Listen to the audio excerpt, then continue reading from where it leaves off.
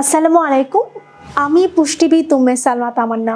দেশে এখন ভয়াবহ বন্যা পরিস্থিতি চলছে এবং বন্যার পরিস্থিতি কিন্তু খুবই খারাপ। এই সময়টাতে অবশ্যই আমাদের বেশ কিছু বিষয় মাথায় রাখতে হবে।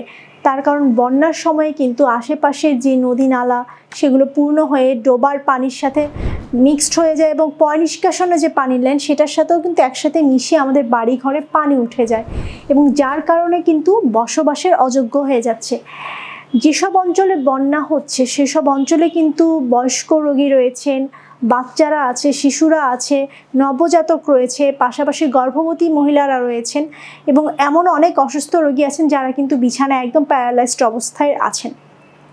তো বেশ কিছু সতর্কতা অবশ্যই আমাদের মনে রাখতে হবে এবং মাথায় রাখতে হবে এই সময়ে, কারণ যখনই আগের থেকে অ্যালার্মিং একটা কন্ডিশন শুরু হয়ে যায় এবং যখন থেকে বলে দেয় যে এলাকা ছাড়ার কথা, তখন থেকে অবশ্যই আমাদের নিরাপদ আশ্রয়স্থলে যেতে হবে এবং ওই সময়ে আমাদের খাবার অবশ্যই কিছু শুকনো খাবার সংরক্ষণ করতে হবে, যাতে বন্যার পরবর্তী সময়ে এসে আমাদের হুট করে যাতে আমাদের না খেয়ে থাকতে না হয়।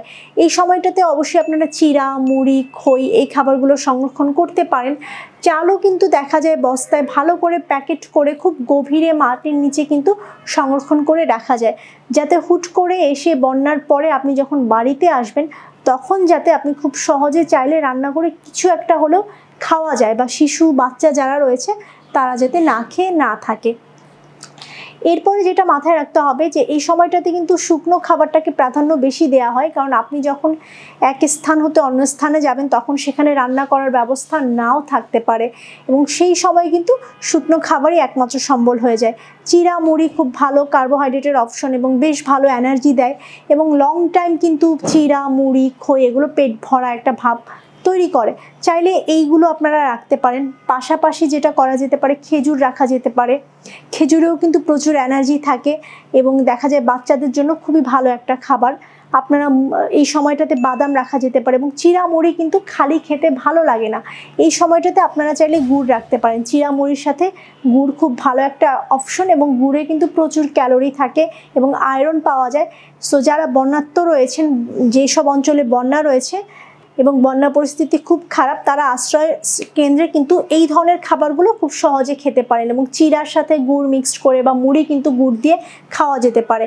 সেক্ষেত্রেও কিন্তু আপনি পর্যাপ্ত পুষ্টিগুণ পেয়ে যাবেন। ফল রয়েছে, ফল এই মুহূর্তে দেশীয় যে ফল সেটা যদি সম্ভব হয় আপনারা সাথে কিছু ফল রাখতে পারেন, কারণ ফল কিন্তু ইনস্ট্যান্ট খাওয়া যায়, রান্না করার কোনো বিষয় থাকে না। ফলটাও কিন্তু আপনারা এই সময়ে রাখতে পারেন এবং যখন দেখা যাবে যে রান্না করার মতো অবস্থা চলে আসছে ওই সময়টাতে আপনারা যেটা করতে পারেন যে খিচুড়িটা কিন্তু আপনাদের জন্য খুব ভালো একটা অপশন, কারণ চাল ডাল যখন একসাথে রান্না করবেন তখন কিন্তু এটাতে 20 এসেনশিয়াল অ্যামাইনো অ্যাসিড তৈরি হয়ে যায় যখনই আপনি চাল ডাল একসাথে করে চুলায় দিবেন। এবং বন্যার পরে কিন্তু দেখা যায় আমাদের মধ্যে এবং খুব রোগ প্রতিরোধ ক্ষমতা কমে যাচ্ছে, অনেকেরই কিন্তু প্রচণ্ড ক্ষুধার্ত থাকে এবং দীর্ঘ সময় তারা না খেয়ে থাকে এবং এমনও অনেকে রয়েছেন যারা লং টাইম চিড়া মুড়ি খই এগুলো খাচ্ছেন। আমরা যেহেতু বাঙালি, লং টাইম আমরা ভাত খেয়ে অভ্যস্ত এবং প্রতিদিনই আমাদের খাবারে কিন্তু ভাত থাকে। তো এই বন্যা পরিস্থিতিতে কিন্তু যখন ভাতটা আমাদের বন্ধ হয়ে যায় তখন কিন্তু খুব খারাপ লাগে এবং এই কারণে আপনারা এই টাইমে রান্না করা খাবার খেতে চাইলে খুব সহজে খিচুড়ি আইটেমটা রাখতে পারেন। যদি সম্ভব হয় মাছ মাংস তাহলে খেলেন, কিন্তু না হলে আপনারা আলু রাখতে পারেন। আলুতে কার্বোহাইড্রেট আছে এবং এটাও কিন্তু প্রচুর পরিমাণে আপনাকে এনার্জি দিবে। আলু সিদ্ধ করে বা আলু ভাতের সাথে বা খিচুড়ির সাথেও কিন্তু আপনারা এই সময় রাখা যেতে পারে। বন্যার সময় অবশ্যই খুব বিশেষ নজর দিতে হবে শিশুদের দিকে, কারণ প্রচণ্ড পানি যখন চারপাশে থাকে তখন কিন্তু বেশ কিছু মৃত্যু ঝুঁকি থাকে শিশুদের জন্য। তো এই সময় অবশ্যই শিশুদেরকে চোখে চোখে রাখতে হবে, তারা যাতে কোনোভাবেই গভীর পানিতে না যায় সেদিকে খেয়াল রাখতে হবে এবং শিশুদেরকে অবশ্যই শিশুর খাবার তালিকা এই সময় একটু খেয়াল করে দেখতে হবে। আমাদের চেষ্টা করতে হবে ওদের খাবারে একটু ফল রাখার জন্য, যদি সম্ভব হয় গ্রাম অঞ্চলের দিকে কিন্তু কলাটা খুব অ্যাভেলেবেল হয়, কলা পেঁপে এগুলো যদি সম্ভব হয় রাখা যায় তো রাখবেন। আদারওয়াইজ খেজুরটা রাখা যেতে পারে। আপনারা চিড়া মুড়ি বাচ্চাদেরকে অবশ্যই আমি বলবো আপনারা চিড়াটা দিতে পারেন। চিড়াটা বাচ্চাদের জন্য খুব সেফ একটা খাবার, লং টাইম পেট ভরা থাকবে এবং মোটামুটি গুড় দিয়ে আপনি যদি চিড়াটা দিতে পারেন বা কলা দিয়ে বাচ্চাকে চিড়াটা দেওয়া যায় বাচ্চা কিন্তু ইজিলি খেয়ে নিতে পারবে সেটা। এবং শুকনো খাবার যেগুলো রয়েছে টোস্ট বা বিস্কিট, ড্রাই কেক, এগুলোও কিন্তু এই সময় রাখতে পারেন। এবং বাচ্চারা যেহেতু এই টাইমে অনেক সময় আছে একটু মজাদার খাবার চায়, ওদেরকে কিন্তু এই টাইমটাতে আপনারা এই বিস্কিট বা ড্রাই কেক যেগুলো আছে সেগুলো নাস্তা হিসেবে দিতে পারেন। বাচ্চাদের ব্যাপারে আরেকটা বিষয় খেয়াল রাখতে হবে, এই সময়টাতে কিন্তু দেখা যায় যেহেতু পানি আশেপাশে বিশুদ্ধ পানি পাওয়া যায় না, খাওয়ার মতো পানি থাকে না, তো বেশি ক্ষেত্রেই দেখা যায় যে আপনার বাচ্চাদের পেটের সমস্যা হচ্ছে এবং ডায়রিয়ার সমস্যা কিন্তু খুব প্রকট আকার ধারণ করে।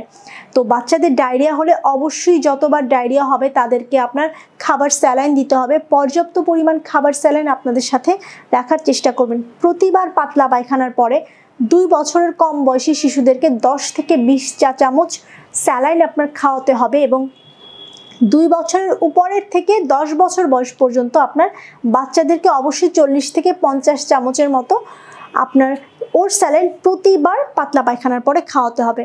যদি স্যালাইন না খাওয়ানো হয় তাহলে কিন্তু বাচ্চার অবস্থা আরও খারাপ হয়ে যাবে। এই সময় স্যালাইনের পাশাপাশি আপনারা চাইলে ভাতের মাড় কিংবা হলো যে চিরাটাও রাখতে পারেন। এটাও কিন্তু বাচ্চার পানির শূন্যতা, যেটা পানির শূন্যতাটা দূর করতে সাহায্য করবে। বাচ্চাদের কিন্তু এই সময়টাতে আপনার কৃমির সমস্যা খুব দেখা দেয় এবং আপনারা চেষ্টা করবেন কৃমিনাশক ওষুধ বাচ্চাদের খাওয়ানোর জন্য, কারণ এই সময় পানি আশেপাশে যেহেতু দূষিত পানি থাকে এবং এই ধরনের পানিতে এবং এই ধরনের স্যাঁতসেঁতে একটা পরিবেশে থাকার কারণে বাচ্চাদের কিন্তু কৃমির সমস্যা খুব বেড়ে যেতে পারে। এই সময়টাতে অবশ্যই চেষ্টা করবেন বন্যার পরবর্তী সময়ে বাচ্চা যখন ঘরে ফিরে আসবে আপনার শিশুটিকে অবশ্যই কৃমিনাশক ওষুধ খাওয়ানোর জন্য। গর্ভবতী অনেক মহিলা কিন্তু এই সময় রয়েছেন, তাদের দিকেও আমাদের যথেষ্ট খেয়াল রাখতে হবে। যাদের ডেলিভারি ডেট খুবই কাছাকাছি, আমি বলবো হসপিটালের নিকটবর্তী স্থানে তাদেরকে নিয়ে যাওয়ার জন্য, অথবা কোনো নিরাপদ আশ্রয় কেন্দ্রে যখন তাদেরকে নিয়ে যাবেন তখন অবশ্যই একজন স্বাস্থ্যকর্মীর সাথে যোগাযোগ রাখবেন, যাতে ইমার্জেন্সি যদি তার ডেলিভারি পেইন উঠে যায় তাহলে যাতে খুব সহজে ডেলিভারি করানো যায়। তবে বন্যার যখন আপনারা খবর পেয়ে যাবেন, যেসব অঞ্চলে এখনও বন্যা হয়নি বা বন্যা হতে পারে এরকম পরিস্থিতিতে, আপনাদের বাড়িতে যদি গর্ভবতী মহিলা থাকে তাদেরকে অবশ্যই আপনি নিরাপদ আশ্রয় কেন্দ্রে নিয়ে যান, যেখান থেকে হসপিটাল খুবই কাছে। এরপরে আরেকটা যে ইম্পর্টেন্ট বিষয় আমাদের মাথায় রাখতে হবে সেটা হলো যে আপনার পানি। আসলে পানি কিভাবে খাবেন, আপনার যখন বন্যার সময় তখন কিন্তু চাইলেও খাবার পানি পাওয়া যায় না। ওই সময় দেখা যায় হয়তো বা যেই পানি আশেপাশে আছে সেটা থেকেই যদি খেতে হয় তাহলে অবশ্যই খুব ভালো করে পানিটা আপনাদেরকে ফুটিয়ে নিতে হবে। চেষ্টা করবেন পানি ফুটে যাওয়ার পরও 15-20 মিনিট পর্যন্ত চুলায় রেখে তারপরে নামিয়ে ফেলতে। এর চেয়ে বেশি ফুটানো যাবে না, তাহলে কিন্তু পানিতে অক্সিজেনের মাত্রা কমে যেয়ে আপনার সেটা আরও স্বাস্থ্যের জন্য খারাপ করে ফেলতে পারে।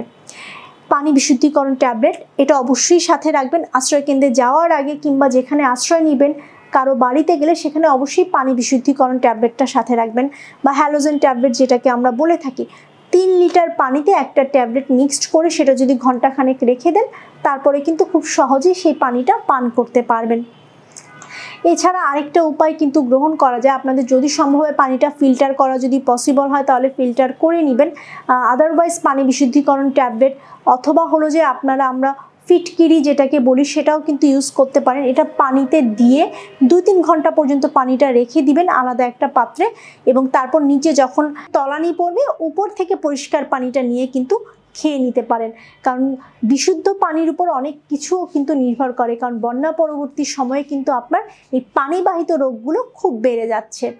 বন্যা পরবর্তী সময়ে যখনই আপনি ঘরে ফিরে আসবেন তখন খেয়াল রাখবেন কোনো কারণেই আপনারা পুরো পানি বা পুরো বাড়ি ভালো মতো শুকিয়ে না যাওয়া পর্যন্ত অবশ্যই ইলেকট্রিকের কোনো লাইনে আপনারা হাত দিবেন না এবং ইলেকট্রিক লাইন বা সুইচ কোনো কিছু অন করবেন না, এবং সম্ভব হলে একজন ইলেকট্রিশিয়ান এনে তারপরে অবশ্যই আপনার ইলেকট্রিকের লাইন বা বৈদ্যুতিক সুইচ অন করবেন, কারণ এর কারণে কিন্তু বিভিন্ন ধরনের দুর্ঘটনা ঘটে থাকে। এর পাশাপাশি সাপের উপদ্রব বেড়ে যায়।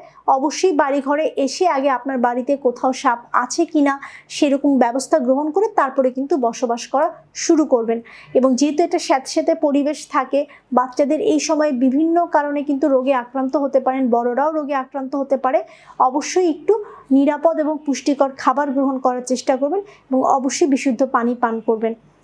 আশা করি বুঝতে পেরেছেন যে বন্যা পরবর্তী সময় এবং বন্যা পরিস্থিতিতে কিভাবে আপনারা সুস্থ থাকতে পারেন এবং কোন কোন বিষয়গুলো অবশ্যই মাথায় রাখবেন। আজকে এই পর্যন্তই। সবাই ভালো থাকবেন, সুস্থ থাকবেন। আল্লাহ হাফেজ।